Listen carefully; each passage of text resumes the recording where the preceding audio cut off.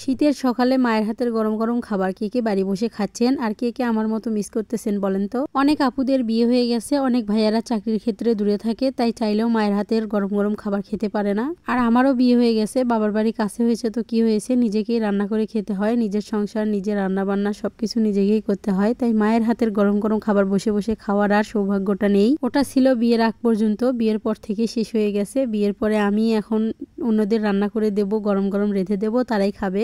আমাকে কেউ রান্না করে দেবে, সেটা গরম গরম খাবো, সেটা হয়তো এক আধ দিন, প্রতিদিন না, সেটা ভাবা কিন্তু আকাশ কুসুম কল্পনা করা। আসসালামু আলাইকুম ভাইয়াপুরা, কেমন আছেন সবাই? আশা করি সবাই অনেক ভালো আছেন। শীত তো অনেক আগেই চলে এসেছে, কিন্তু শীতের সবজি দিয়ে দারুণ একটা রেসিপি আপনাদের সঙ্গে শেয়ার করা এখনো আমার বাকি রয়ে গেছে। তাই ভাবলাম আজকে শীতের সবজি দিয়ে রেসিপিটা আপনাদের দেখাবো। অনেকের কাছে এটা পান্তা ভাত লাগতে পারে, কিন্তু আবার অনেকের উপকারও হবে। পান্তা ভাত বললাম তার কারণ এই রান্নাটা আমাদের কাছে পান্তা ভাত। উত্তরাঞ্চলের লোকেরা এই খাবারটা সচরাচর প্রায় দিনই বানিয়ে থাকে, এটা নতুন কিছু না। কিন্তু অনেক অঞ্চলের লোকেরা আবার এই খাবারটা এইভাবে রান্না করতে হয় জানে না, সেই জন্য তাদের কাছে উপকার হবে। আর আমাদের মতো লোকেদের কাছে পান্তা ভাত, যেই খাবারটা অনেক সহজে ও অল্প সময়ে রান্না করা যায় আর খেতে অনেক সুস্বাদু হয়, সেটা আর শিখে নেওয়া তো অনেকটাই ভালো। আর আমাদের এখানে শিখে নেওয়ার না, আমরা মা দাদিদের থেকে শিখেছি আর জন্ম থেকে এটা খাচ্ছি। আজকে যেসব সবজি দিয়ে রান্না করতেছি, এতগুলো সবজি না থাকলেও দুই একটা সবজি দিয়েও আমরা এইভাবে রান্না করি। শুধু যদি আলু বেগুন কিছু একটা থাকে তাহলেই কিন্তু এই সবজিটা রান্না করা যায়। আজকে যেহেতু আপনাদের সঙ্গে শেয়ার করব, তাই যতগুলো সবজি ছিল সবগুলোই আপনাদের সঙ্গে নিয়ে এসেছি। এভাবে রান্না করা যায়, এভাবে খেলে অনেক ভালো লাগে। যত সবজি দেবেন ততই ভালো লাগবে খেতে। আমাদের অঞ্চলে এই খাবারটা এত ভাইরাল, এত জনপ্রিয়, সেই জন্য হয়তো এই খাবারটা আমরা জন্ম থেকে রান্না করতে পারি, এটা মনে হয়। তার কারণ এটা সবসময় মা দাদিরা রান্না করে থাকে সময় বাঁচানোর জন্য। যেমন ধরুন এখানে আমি সবজি কাটতে বসেছি, আমি তো অনেকগুলো সবজি নিয়েছি, এটা কিন্তু 2-3টা সবজি দিয়েও রান্না করা যায়, শুধু কেটে বেছে নিতেই যতটুকু সময়, তারপরে কিন্তু খুব একটা সময় লাগে না। আমি যে সবজিগুলো নিয়েছি এতগুলো সবজি না থাকলেও হবে, শুধু আলু বেগুনের সাথে অন্য কোনো যে কোনো একটা সবজি থাকলেই হয়ে যাবে, এই রান্নাটা করা যায়। তারপরেও আমি আজকে একটু স্পেশাল ভাবে রান্না করতেছি, তো আমার প্রিয় ভাই আপুদের সঙ্গে শেয়ার করব, সেই জন্য একটু বাড়িতে যা যা ছিল সবকিছু একটু একটু করে নিয়েছি আর আপনাদের দেখাচ্ছি।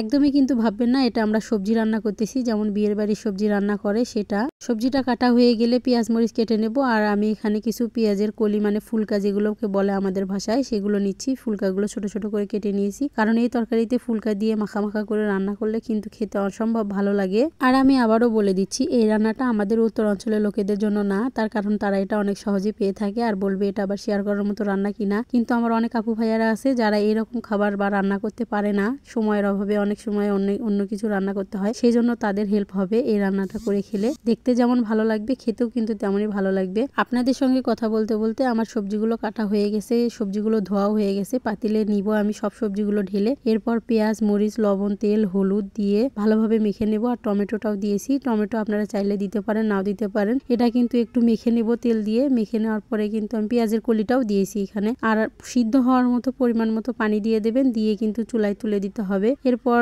15 থেকে 20 মিনিটের মতো রান্না করলে হয়ে যাবে। এক একজনের কাছে এক এক রকম সময় লাগে, তার কারণ তরকারিতে ঝোল দেওয়ার পরিমাণটা অনেকের বেশি হয়, অনেকের কম হয়, এই অনুযায়ী রান্নার সময়টা একটু কম বেশি লাগতে পারে। তো আমার 15 মিনিটের মতো লেগেছিল। মাঝখানে কিন্তু একটু আমি মানে ঢাকা তুলে নাড়াচাড়া করে দিব। যদি আপনারা তরকারিটা নরম খান তাহলে কিন্তু মাঝে মধ্যে এক আধবার নেড়ে দেবেন, আর যদি না একটু শুকনা শুকনা শক্ত খাবেন তাহলে কিন্তু একবারও তরকারিতে কোনো চামচ বা লাকড়ি দেওয়া যাবে না, শুধু একটানা ঝোলটা টানার জন্য অপেক্ষা করতে হবে। আমি এরকম তরকারি রান্না করলে একটু নরমই রাখার চেষ্টা করি, একটু রসালো, কারণ ওইটাই খেতে আমার ভালো লাগে। একদম শক্ত হটহটা হয়ে যাবে ওটা ভালো লাগে না খেতে, সেই জন্য মাঝখানে 2-1বার নাড়াচাড়া করে দিয়েছি। আর তরকারিটা দেখতে এতটা লোভনীয় হয়েছিল, খেতেও কিন্তু মাশাআল্লাহ অনেক ভালো হয়েছিল। আপনারা কিন্তু চাইলে অনেক সহজে এই রকম রান্না তৈরি করতে পারেন বাড়িতে। এর আগের আলুঘাটি রেসিপিটা যেমন অনেকেই খাননি কখনো বা রান্না করেননি, নতুন লেগেছে, তেমন এইরকম রান্নাটাও অনেক অঞ্চলের লোকেদের কাছে নতুন লাগবে। বিশেষ করে আমাদের এখানকার লোকেদের জন্য বলছি না, ওই অঞ্চলের লোকেদের কাছে এটা কিন্তু একটা হেল্পফুল রান্না হতে পারে। তাই শেখানোর জন্য না, শুধু আপনাদের সাহায্য করার জন্য এই রেসিপিটা আপনাদের সঙ্গে শেয়ার করেছি। যদি ভালো লাগে তাহলে একটা লাইক করে দেবেন। আজকের মতো এখানেই বিদায় নিয়ে নিচ্ছি। আল্লাহ হাফেজ।